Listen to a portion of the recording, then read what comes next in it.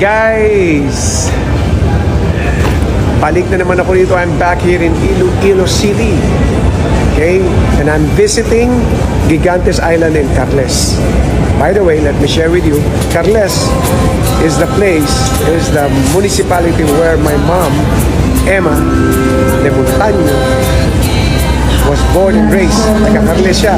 But her dad, father niya, my lolo, was from Dumangas. Okay? But I'm visiting Gigantes Island in Carles. So makikita ko yung mga kamag-anak ko doon. This is, by the way, this is one of the most beautiful places in the Philippines. Beautiful islands. Talagang maraming islands siya, dikit-dikit. Si Cogon Island is there. So, isa to sa mga dapat bisitahin natin. Alam na, Pilipino. Okay? Kasi napakaganda ito. You'll be proud of the place. Maganda.